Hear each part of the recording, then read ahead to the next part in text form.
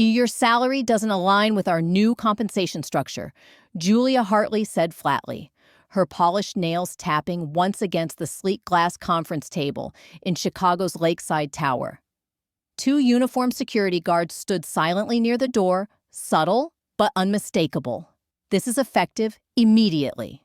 I looked across the table at Julia, every inch the image of corporate composure in a tailored navy suit and flawless makeup. But beneath the surface, I could see it. She wasn't seeing me as a person. I was a budget cut, a name on a spreadsheet. Understood, I replied, calmly offering a measured smile. I wish you continued success. My name is Clara Jensen. For the last 11 years, I led the Strategic Partnerships Division at Evermark & Co., one of the largest logistics consulting firms in the Midwest. Or rather, I had. I was 52 years old, and I had spent over a decade building Evermark's relationships with Fortune 100 clients, one handshake at a time. My division alone accounted for 40% of annual revenue. All those years' late flights, missed Thanksgivings, and back-to-back quarters of record-breaking growth erased in less than 15 minutes. I walked back to my office with quiet dignity, gathering the framed photos, client thank you notes, and a stack of well-worn notebooks. My team watched frozen, some of them teary-eyed. I offered them hugs, whispered encouragements, and left with my head high. Outside, the crisp wind off Lake Michigan stung my cheeks. Greg, the building's longtime security officer, who once asked for help placing his son into our internship program, walked me out. This doesn't sit right, Ms. Jensen. It's okay, Greg. I've been through worse. But as I drove home through the November traffic, it hit me. I had sacrificed so much for Evermark. I'd skipped my mother's 80th birthday postponed surgery after a fall and once closed a $120 million deal with a fever of 103. I wasn't just doing a job, I believed in building something meaningful. When the Calevo Group merger was announced in August, I had concerns. Calevo had a reputation for aggressive overhauls, quick cuts, and squeezing margins without regard for people. We were assured it wouldn't affect our core culture. Clearly, that promise didn't reach Julia. This wasn't about salary. Julia wanted my clients, but not me. She believed that institutional loyalty could be transferred like a password, that decades of trust could be handed over to a newcomer in a power suit. She was about to learn a very different lesson. Because relationships aren't assets on a balance sheet. They're earned. And when they walk out the door with you, companies learn far too late just how much they've lost.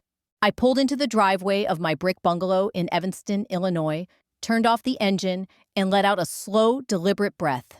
My box of office belongings sat on the passenger seat beside me. Framed photos, a few awards, and the leather-bound notebook I'd carried into every major client meeting for over a decade. As I reached for the keys, my phone buzzed. I hadn't even made it inside when the first call came. Clara! What the hell happened? It was Frank Delaney, CEO of Delaney Freight Solutions, one of Evermark's oldest and most profitable clients. Hi, Frank, I said, cradling the phone to my ear. It's true. Evermark's new management decided to go in another direction. Another direction. You've been our anchor for 8 years. We don't trust easily, but we trust you. Is this Julia Hartley's doing? The warmth in his voice cut through the exhaustion. Frank wasn't just a client. When his grandson had been in a motorcycle accident last spring, I was the one who coordinated a medevac and connected the family with a surgeon at Northwestern. I appreciate that, Frank. Truly, I replied. But companies evolve. It's not personal. It's just business. Well, I do take it personally, he snapped. And I'm calling Julia myself. This is a mistake. Calls like that came in all afternoon, 5, then 10, then 15. Some clients were shocked. Others were furious. But none were indifferent.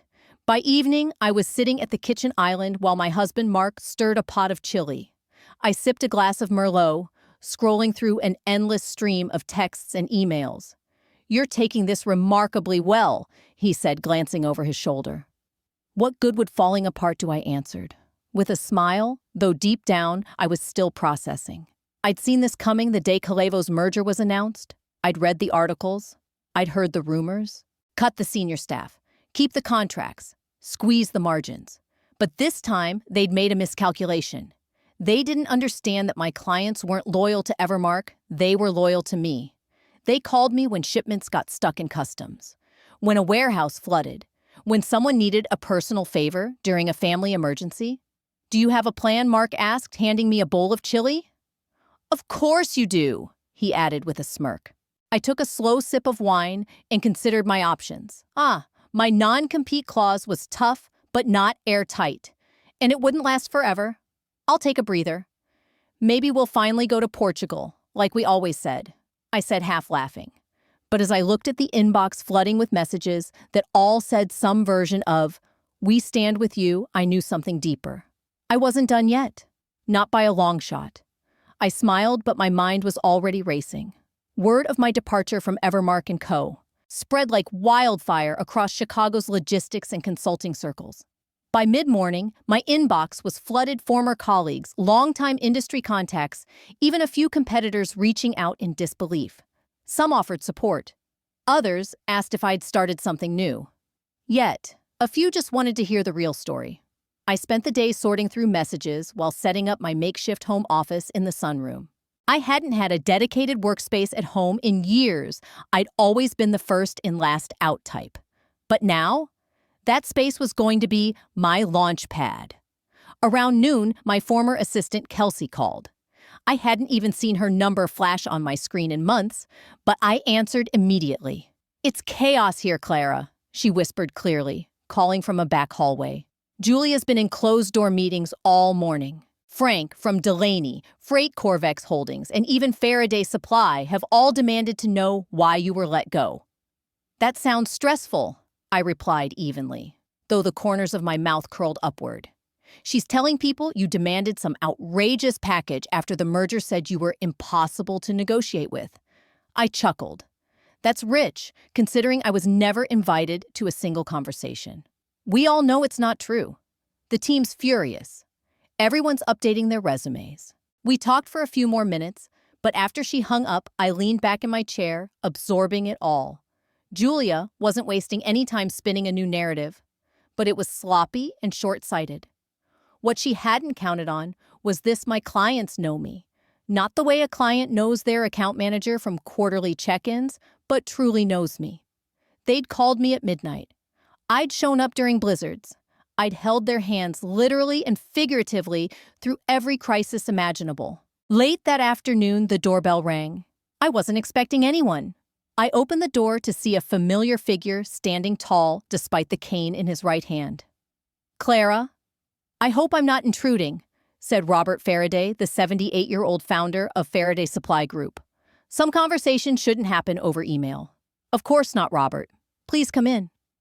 I brewed a pot of Earl Grey as he settled into a chair in my living room. Robert had been my first major client at Evermark.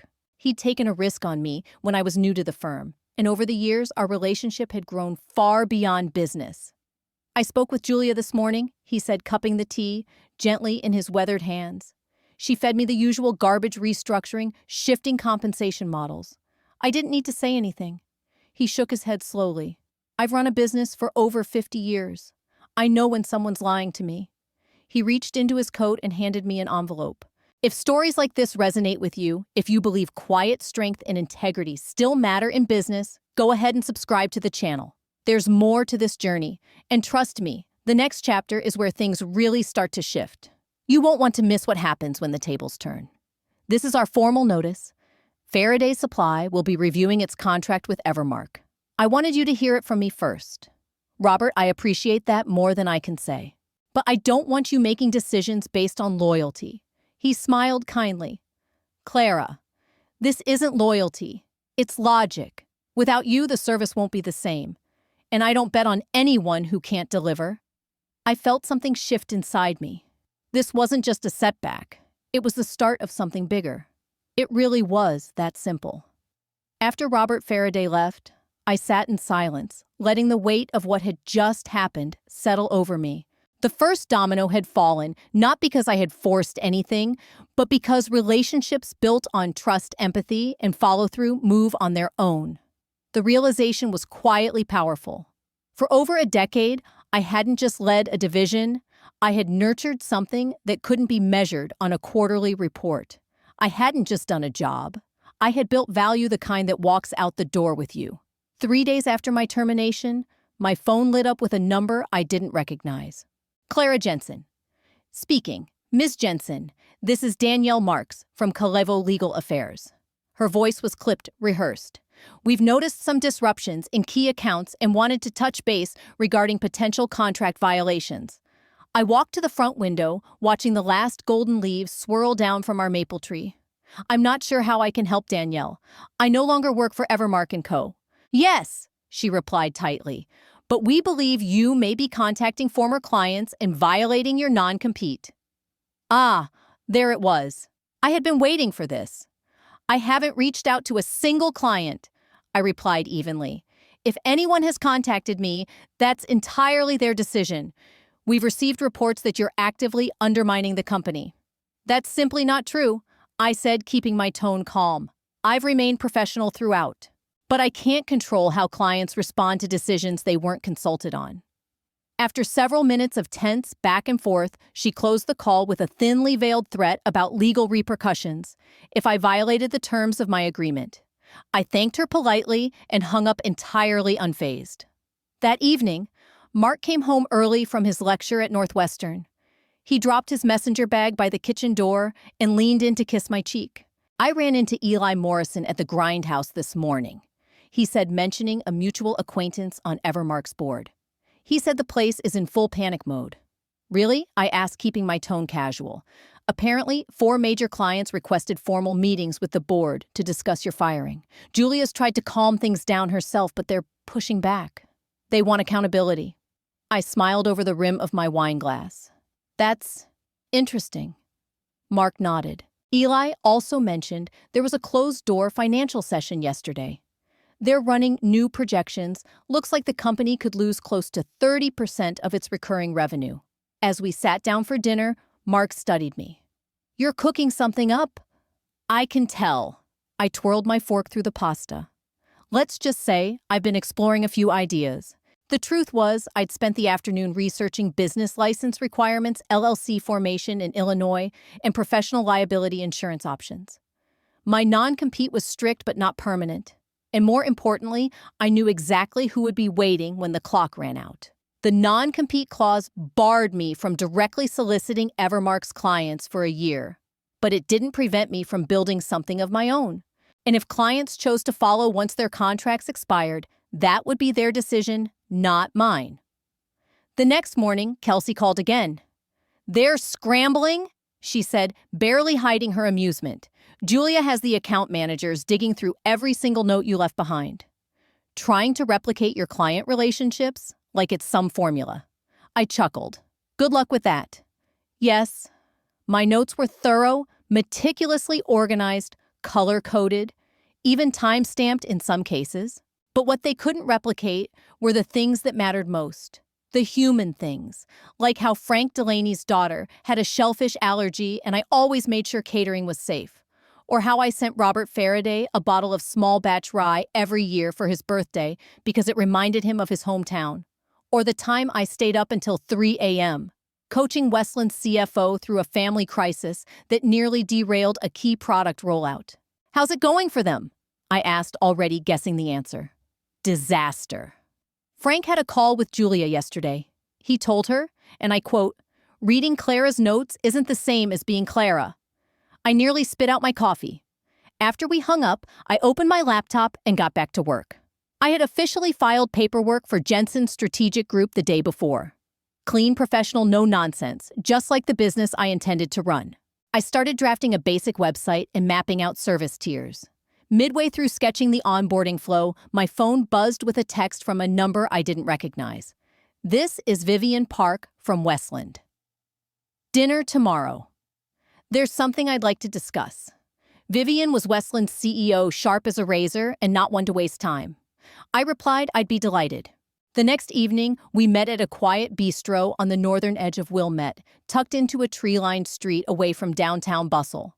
Vivian was already seated when I arrived, and she stood to greet me with a warm smile. "Clara, thank you for coming," she said as we hugged briefly. "I've missed our conversations." It's only been a week, I laughed. A week too long. As I settled in, she added, I hope you don't mind, but I've invited a few friends. Before I could ask, I spotted Frank Delaney, Robert Faraday, and Anthony Torres walking toward the table. All of them were former clients and, more importantly, allies. What's going on? I asked as they took their seats. Frank leaned in, his grin fading into something more serious. We're staging an intervention. Forever, Mark. Over appetizers, they shared their frustrations. Each had met with Julia Hartley. Each left unimpressed. The board had tried to patch things up, but the damage was done.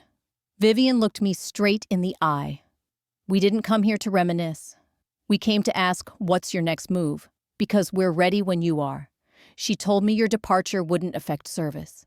Anthony said, shaking his head. Then she couldn't answer a single question about our product roadmap. You've had that information memorized for months. The bigger issue, Vivian added, is trust. She folded her hands on the table, her tone sharp but steady. How can we trust a company that discards someone like you so carelessly?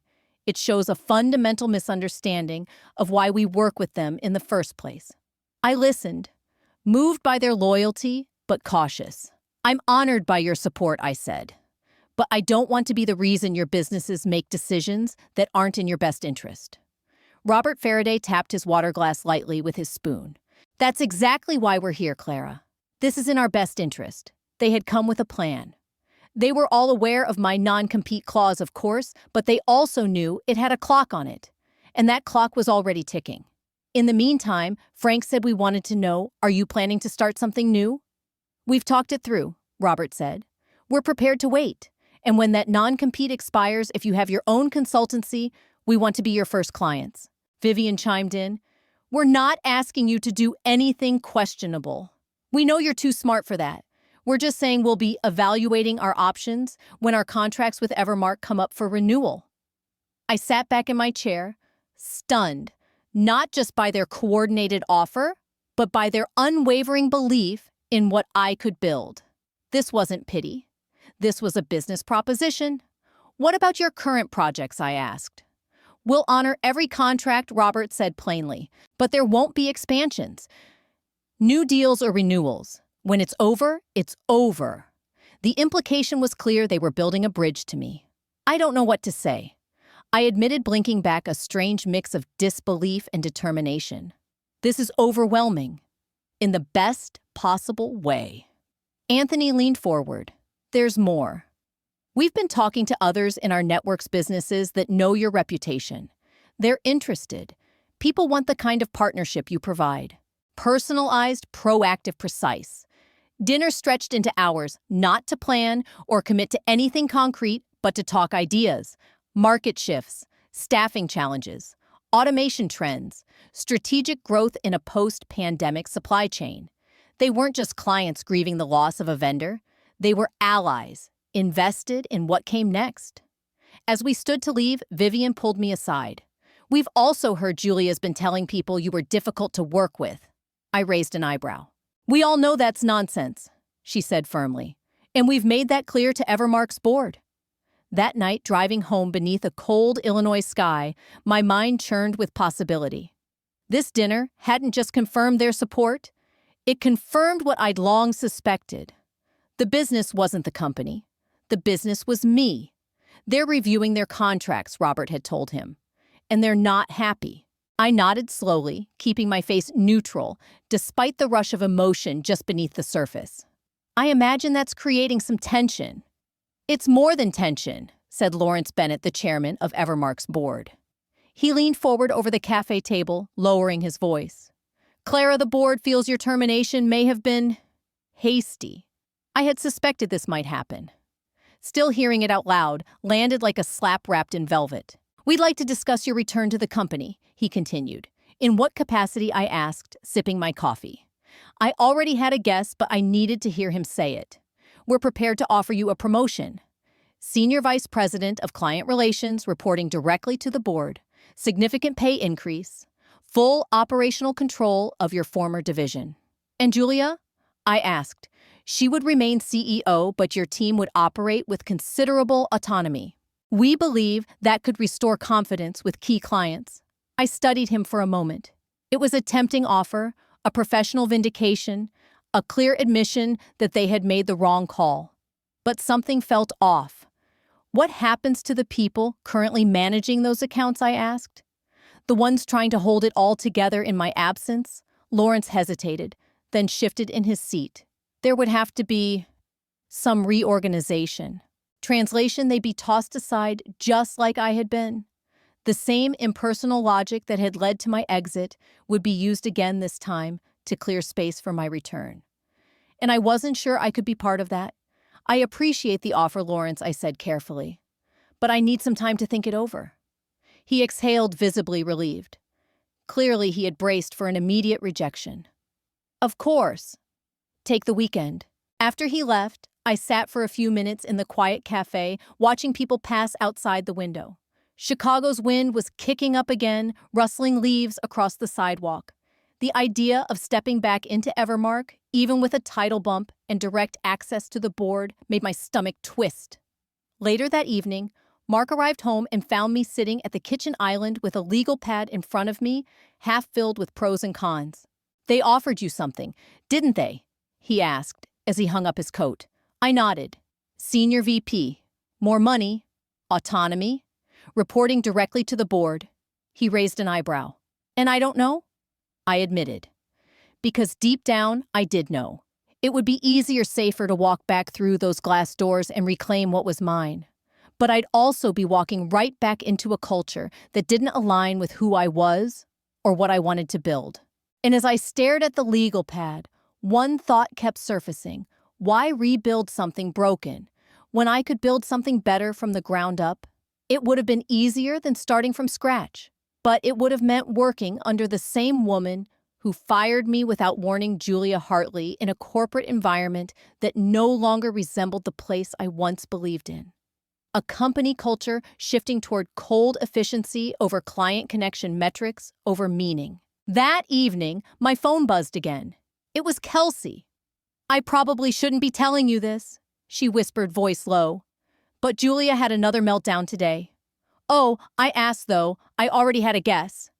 Westland just informed her they won't be renewing when their contract ends next quarter. She flipped out in the boardroom, blamed everyone but herself. How are you holding up? I asked, genuinely concerned for the team I had once led. It's rough, she admitted. 2 account managers resigned this week. The rest of us are just trying to keep things from falling apart completely. After we hung up, I stayed in my home office for a long time, the soft hum of the space heater. The only sound in the room. Lawrence's offer, SVP, more money, more power, was the shortcut, a return to security. Even the satisfaction of being welcomed back on my terms. But it would mean compromising the vision that had quietly taken shape since the moment Julia cut me loose. Jensen's strategic group could be something better. A company that saw clients as relationships, not revenue streams. That led with empathy, precision, and actual listening. I picked up my phone and called Lawrence. I've made my decision, I said when he answered. There was a long pause. Clara, please reconsider my decision as final, I said calmly. But I wish you and Evermark the best. When I hung up, the feeling wasn't triumph. It was freedom. The kind that comes when you walk away from what's easy in pursuit of what's meaningful. 6 months passed in a blur of focused momentum. I leased space in a beautifully restored 1920s loft in downtown Evanston, a block from the train line. I developed a clear service model, refined pricing tiers, and onboarded a lean but powerful team including Kelsey and 2 other former Evermark employees who'd had enough of Julia's imploding regime. I was meticulous in honoring my non-compete agreement. We focused entirely on new clients, small to mid-sized firms, who had heard about us through the grapevine. Word traveled fast. By month 4, we were fielding calls from regional distributors, green energy startups, and a national nonprofit looking for logistics overhaul. Meanwhile, Evermark's foundation was crumbling. Through quiet whispers in the industry, I learned Delaney Freight had slashed their annual contract by more than half. Faraday Supply shifted all new project bids to competitors. Westland, as Kelsey warned, was gone entirely. The morning my non-compete officially expired, I woke up with a strange stillness. No anxiety, no racing thoughts, just clarity. The phone rang as I set down my morning coffee. It was time. "Is today the day?" Frank Delaney asked without preamble. I smiled into the phone. "It is." "Excellent," he said. "I'm sending over the contract we discussed. We've been holding this project specifically for you." By noon, similar calls had rolled in from Vivian Park, Robert Faraday, and Anthony Torres. Just like that, Jensen Strategic Group signed contracts with 5 former Evermark clients. Altogether, they represented nearly $2 million in annual revenue. And the best part, I hadn't poached a single one. I hadn't needed to. They had come to me exactly as we discussed 6 months ago over that quiet dinner in Wilmette. The most surreal moment came later that afternoon when Kelsey forwarded me an email. Subject: collaboration opportunity from Julia Hartley. I read it twice to make sure I wasn't imagining it. She wanted to discuss a potential partnership between Evermark & Co. and Jensen Strategic Group. I responded politely but firmly. Declined. 1 year after my termination, Jensen Strategic Group had grown to a team of 15, serving 22 clients across logistics tech, healthcare, and sustainable manufacturing. We'd moved into larger office space, a sunlit corner suite in a heritage building downtown, with hardwood floors and exposed brick that somehow made every conversation feel grounded. We had built a reputation not just for results, but for how we delivered them ethically, personally, and with integrity. I was reviewing our second quarter projections when Kelsey knocked gently on my office door. "You have a visitor?" she said, her tone guarded. I looked up. "A visitor?"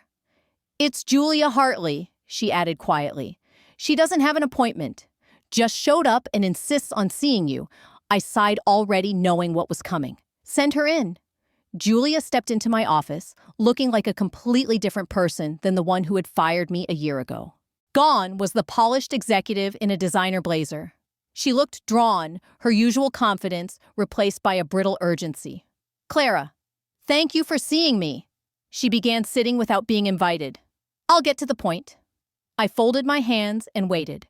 "Evermark is in trouble. Since your departure, we've lost 40% of our revenue. The board is considering drastic options, including a possible sale." I nodded slowly. "That's unfortunate," she pressed on. "I'd like to propose a merger. Your client relationships combined with our infrastructure could be powerful. With you in a leadership role, of course." The irony almost made me laugh. "A merger?" I repeated. "Yes. We need to rebuild, and I believe," I held up a hand gently. "Julia, I'm afraid that won't be possible. Our companies have fundamentally different approaches. This isn't about resources. It's about values." Her face tightened. "Clara, please. I wish you and Evermark the best, truly. But my answer is no." She left quietly, and as the door clicked shut, I didn't feel triumphant. I felt clear. The revenge I once imagined didn't come from watching Evermark unravel. It came from building something better, something that proved you don't need to burn bridges to move forward. You just need to build your own road. If you've ever been dismissed, underestimated, or told your value was replaceable, I see you. I built something from the ground up, only to be cast aside like a broken tool. But I didn't stay bitter. I got better. If my story moved you, I'd love to hear your thoughts in the comments. What would you have done in my shoes? And if you've ever walked away from comfort to chase what mattered, share your story. My advice: don't let someone else's short-sightedness define your future. Sometimes the biggest wins come quietly when you choose purpose over pride and build what they never saw coming.